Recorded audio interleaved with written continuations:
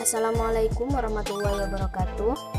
Di sini kami akan menyampaikan materi bab 9 Persatuan dan Kesatuan Bangsa dalam Negara Kesatuan Republik Indonesia. Bagian A. Makna Persatuan dan Kesatuan Bangsa. 1. Hakikat Persatuan dan Kesatuan Bangsa. Sebelum melanjutkan materi ini, mungkin dalam benak kalian timbul sebuah pertanyaan. Apa sih makna persatuan dan kesatuan bangsa itu? Jadi, persatuan dan kesatuan bangsa Indonesia dapat diartikan bersatunya berbagai bangsa dengan yang memiliki perbedaan suku, bahasa, maupun adat istiadat yang mendiami wilayah Indonesia menjadi satu kebulatan utuh yang serasi. Bagian 2. Persatuan dan kesatuan bangsa dalam sejarah. Bangsa Indonesia telah ratusan tahun mengalami penjajahan, berlawanan yang dilakukan hampir selalu dipatahkan penjajah, antara lain karena perlawanan dilakukan secara terpisah di berbagai tempat. Pada awal abad ke-20, para pelajar Indonesia menyadari bahwa Indonesia hanya dapat merdeka jika rakyatnya bersatu. Melalui Sumpah Pemuda, para pemuda Indonesia menyatakan ikrar untuk bersatu, tidak lagi berjuang secara terpisah di daerah masing-masing. Sumpah Pemuda memiliki makna sebagai berikut. A. Menjadi awal dari tumbuhnya kesadaran untuk hidup bangsa dan bernegara. B. Menjadi bahasa Indonesia sebagai bahasa pemersatu. C. Meneladani munculnya lambang-lambang pemersatuan bangsa seperti bendera merah putih dan lagu Indonesia Raya. D.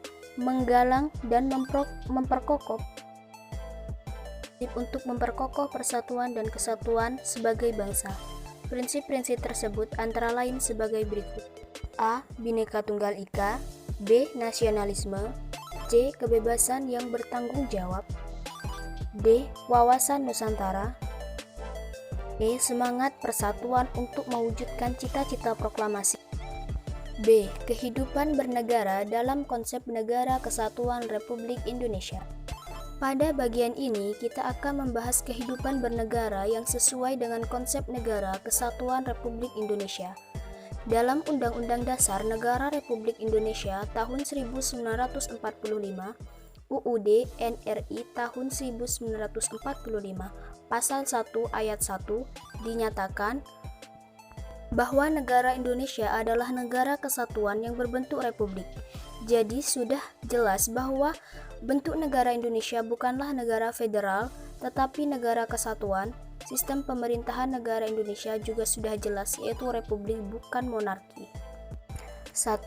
Sistem pemerintahan Indonesia sebelum perubahan UUD NRI tahun 1945. Sebelum perubahan atau amandemen UUD NRI tahun 1945, sistem pemerintahan Indonesia ditegaskan dalam penjelasan Undang-Undang Dasar NRI tahun 1945 sebagai berikut. A. Indonesia adalah negara yang berdasarkan atas hukum, tidak berdasarkan atas kekuasaan belaka. B. Pemerintahan berdasarkan atas sistem konstitusi atau hukum dasar, tidak bersifat absolutisme atau kekuasaan yang tidak terbatas.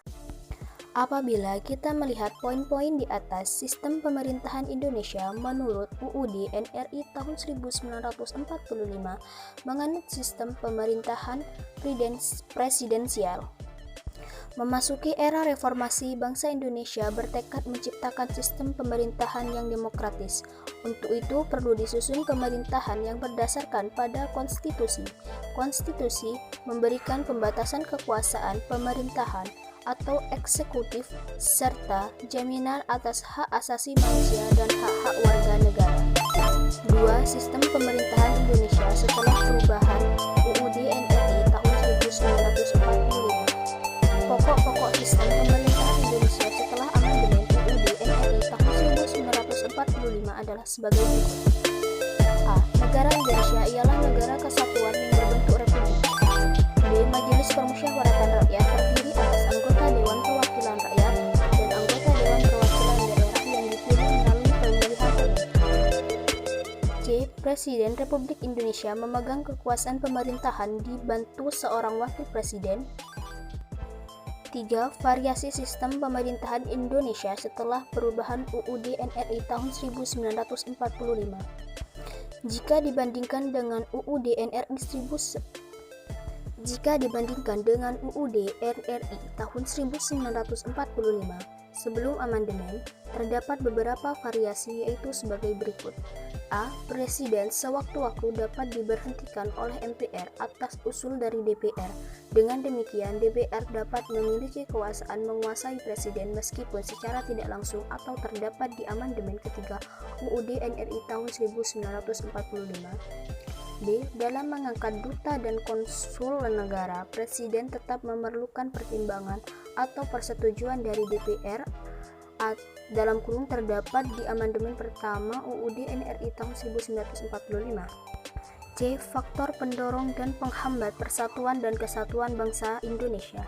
Berikut kita akan membahas faktor-faktor pendorong dan penghambat persatuan dan kesatuan bangsa Indonesia tersebut. 1. Faktor-faktor pendorong persatuan dan kesatuan bangsa Indonesia. Faktor-faktor pendorong persatuan dan kesatuan bangsa Indonesia antara lain sebagai berikut.